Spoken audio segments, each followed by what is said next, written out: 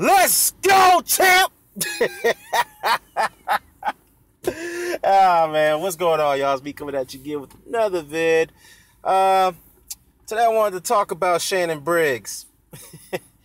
Now, recently, Shannon Briggs put out a small snippet, or video, I should say, on him calling out David Haye. Now, we all know that Briggs has been inactive for quite a long while now. His last fight was against another bum by the name of Michael Maroney. All right, yes, Maroney had a decent record, but he definitely was a bum. He was a fighter who definitely didn't come in to win. He was in terrible shape. Not in terrible shape. What I mean by terrible shape is that his endurance, he wasn't. He seemed like he didn't really train for the fight against Briggs. So yeah.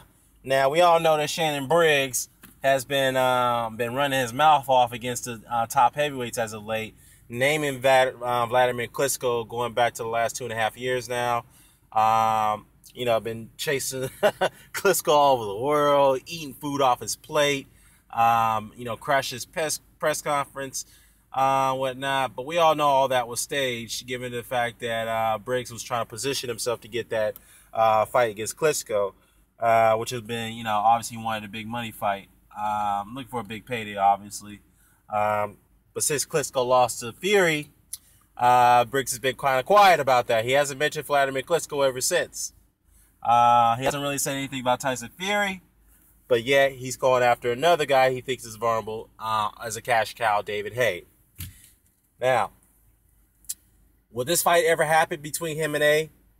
No, I doubt it. But if it does happen, I would have to pick Haye to win this fight, because we all know, one, David Haye can give you angles.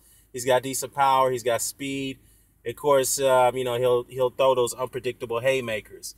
Now, as far as Shannon Briggs is concerned, the X factor between Haye and Briggs is that the stamina, because we all know that Briggs has terrible stamina. Even at the prime of his career, his stamina is always in question. So,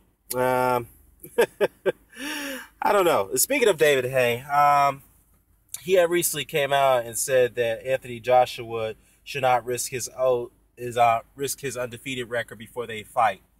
Now, this is very interesting because we all know that David Haye is, he came off his win against Mark DeMori, a guy who I believe took a dive against him. That's just my opinion. So ever since he beat DeMori, he's moved up in the rankings in the WBA at number 9. And Haye has been running his mouth. He's been trying to run his mouth, trying to position himself to get a shot not only at Anthony Joshua, but a shot at Tyson Fury. Now, from my understanding, from my perspective, I think that he sees Joshua as more vulnerable than Fury, given the fact the way that Joshua performed against Dillian White. He sees a lot of fallacies there with Joshua's technique and whatnot. But, he also sees that, given the fact that Joshua, being a prospect that he is still, he drew over 400,000 pay-per-view buys and also 1 million views around the rest of the continent of Europe. So he sees Joshua now in the position of being a cash cow.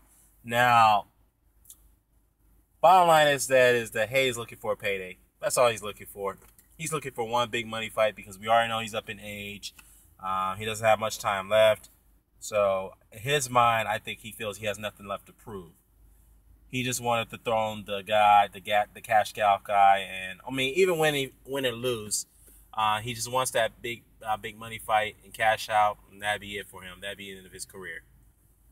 Because if you ask me, that's exactly what he did against against Vladimir Klitschko back in 2012, which was a terrible performance. And yes, he can't even pronounce the word. He infamously blamed his bad toe for that terrible performance against Vladimir Klitschko. But anyhow, it is what it is. So basically, the parallel between the two men is that they're both looking for a payday. So let me know what you think. Do you think this matchup will ever take place? If so, who do you think will win? Care to comment, share, subscribe. Signing off. Peace.